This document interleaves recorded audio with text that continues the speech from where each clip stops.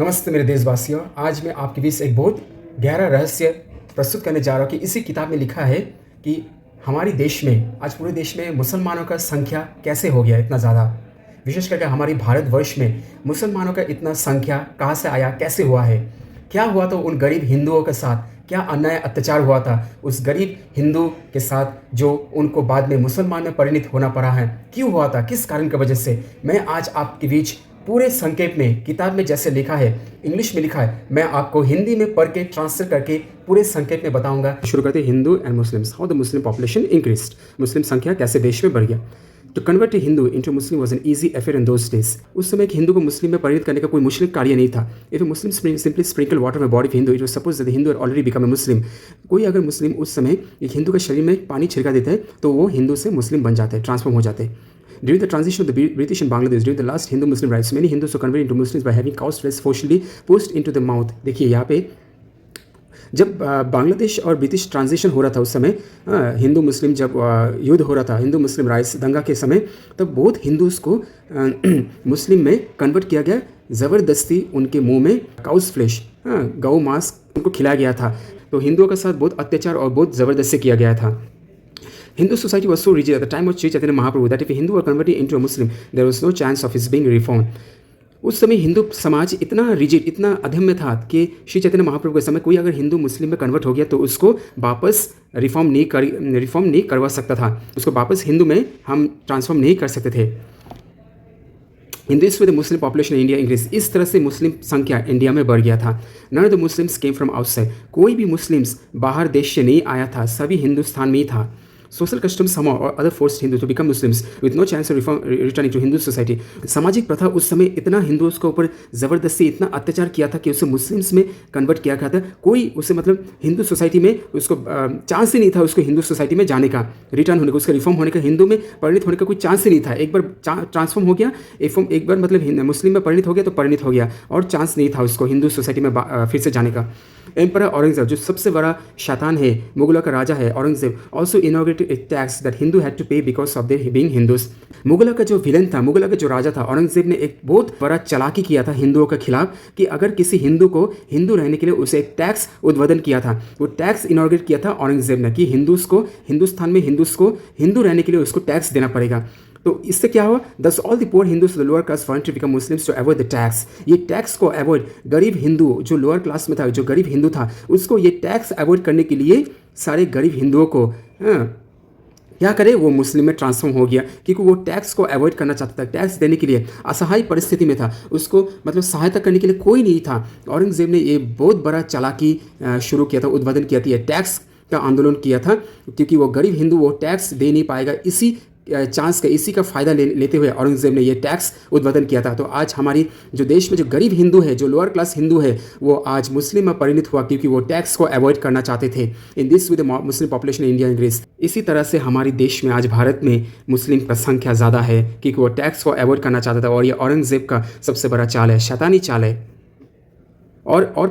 और पढ़ के सुनाता हूँ। More than 500 years ago in India, the Hindus were so rigid and strict that if a Muslim would sprinkle a little water from his speech upon a Hindu, the Hindu would be immediately ostracized.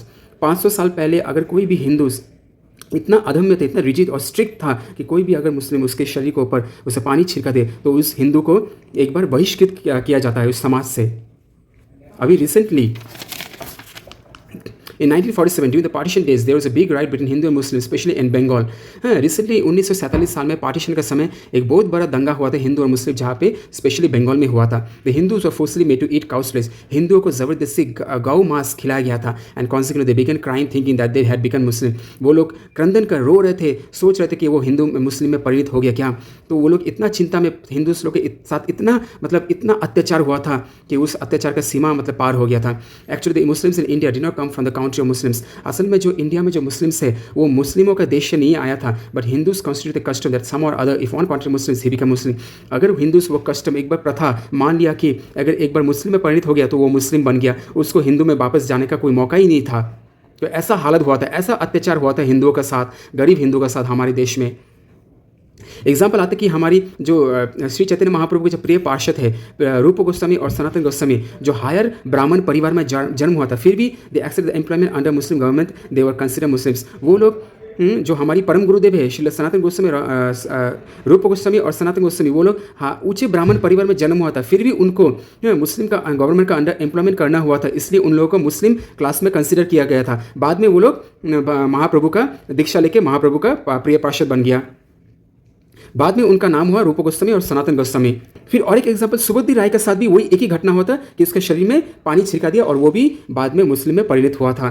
Letter Aurangzeb the Muslim emperor institute a tax specially meant for Hindus. भाई हम लोग पहले ही देख पाया कि मुगलों का जो राजा था औरंगजेब, मुस्लिम का जो राज्य था, उसने ये टैक्स उद्बोधन किया था हिंदूज को मुस्लिम में परिणत करने के लिए। Being oppressed in the Hindu community many low caste Hindu prefer to become Muslims, in this way the Muslim population increase. इस तरह से हिंदुओं का जो अत्याचार, हिंदू समाज में जो इतना बड़ा अत्याचार हुआ था, इतना हिंदुओं के साथ ज़बरदस्ती किया गया था कि आज हमारी देश में जो गरीब हिंदू है, गरीब लोअर क्लास में जो हिंदू है, उन लोग असहाय परिस्थिति में था, कोई उपाय नहीं था उन लोगों के पास। वो टैक्स को अवॉइड करने के लिए आज वो लोग मुस्लिम में ट्रांसफॉर्म हो गया। इसी तरह से हमारे देश में मुस्लिम का संख्या आज ज़्यादा है। तो इस किताब में जिस तरह से लिखा है, मैंने आप सबको पढ़ के ट्रांसलेट करके हिंदी में बताया कि यही है असली कारण कि हिंदू, जो गरीब हिंदू थे, जो गरीब असहाय हिंदू थे, जिसके पास सहायता करने के लिए कुछ उपाय नहीं था, उनको कुछ उपाय नहीं था, उनको वो टैक्स अवॉइड करना है। ये औरंगजेब जो मुगलों का सबसे बड़ा शैतान है, औरंगजेब ने ये जो टैक्स उद्बोधन किया था कि हिंदुओं को हिंदू रहने के लिए उनको टैक्स देना पड़ेगा, इसी टैक्स से बचने के लिए गरीब हिंदू जो असहाय हिंदू थे हमारे देश में, वो मुस्लिम में ट्रांसफॉर्म हो गया। आज ये बहुत दुख का विषय है कि हमारे देश का जो हिंदू है वो हिंदू आज मुस्लिम बन गया। इसी तरह से हमारे देश में आज मुस्लिम का संख्या ज़्यादा है। तो आशा करता हूँ ये पूरे वीडियो आपको समझ में आया कि किस तरह से हिंदुओं के ऊपर अत्याचार हुआ था। इतना अत्याचार हिंदू का ऊपर हुआ था कि हम इस शास्त्र से, हम किताब से ही प्रमाण पा सकते हैं। तो हमारी जो आज देश में जो हालत है, ये हालत इस सनातन धर्म को, हमारी सनातन धर्म को ही टारगेट किया जाता है। हम सभी सनातन धर्म वाले हिंदुओं को एक होकर लड़ना पड़ेगा, क्योंकि इस कलयुग में सिर्फ एक ही उपाय है, हम कलयुग को दबा के हम कलयुग के प्रभाव को रोक सकते हैं, वो है एकता। अगर हम सारे समाज, सारे हिंदू एक होके रहेंगे तो हमारी इस कलयुग का प्रभाव से हम बच सकते हैं। हमें ये जो हिंदू मुस्लिम का जो बार बार जो अत्याचार होता है, इस अत्याचार से हम बच सकते हैं। सनातन धर्म को मानना है, भगवान कृष्ण को सुप्रीम अथॉरिटी देना है। हर कॉलेज में, हर इंस्टीट्यूशन में, हर स्कूल में, हर क्लासेस में शास्त्र का, भगवद गीता, रामायण, महाभारत को घोषित किया जाए, सब्जेक्ट हिसाब से घोषित किया जाए। हमारे देश में स्पिरिचुअल एजुकेशन का बहुत ज़रूरी है। हर स्कूल, कॉलेज, क्लासेस हो, जहाँ पे हो, हर समाज में हर क्लासेस हो, स्कूल एजुकेशन, बच्चे से लेकर बूढ़े तक हर इंसान को भगवद गीता, श्रीमद् भागवतम, रामायण, महाभारत को एक सब्जेक्ट का अनुसार, स्पिरिचुअल सब्जेक्ट का अनुसार क्लास में पढ़ाए जाना, एक ऐसा प्रस्था हमें शुरू करना है। और हम सब हिंदूस को एक होकर लड़ना है, एक दूसरे के लिए लड़ना है। हमें एक होकर लड़ना है, हमारी सनातन धर्म के लिए लड़ना है। कुछ भी हो जाए, सनातन धर्म को त्याग नहीं करना, अपना धर्म को कभी त्याग नहीं करना चाहिए। सनातन धर्म ही सर्वश्रेष्ठ धर्म है। सनातन धर्म युगों युगों से सबसे प्राचीन धर्म है सनातन धर्म, और सनातन धर्म ही हमारे असली मज़हब है, असली धर्म है। हमें अपना धर्म को कभी त्याग नहीं करना चाहिए, हमें एक होकर लड़ना है। आप लोग इस पूरी वीडियो को अंतिम तक देखिए एवं जितना चाहिए शेयर कीजिए, ताकि हिंदू समाज में एक जागरण बने रहे। हम सब हिंदू मिलकर एक जाग जाए अभी और अपने देश के लिए लड़े, अपने सनातन धर्म, अपने सनातन देश के लिए लड़े। जय हिंद, हरे कृष्णा, हर हर महादेव, जय महाकाल, जय श्री कृष्ण।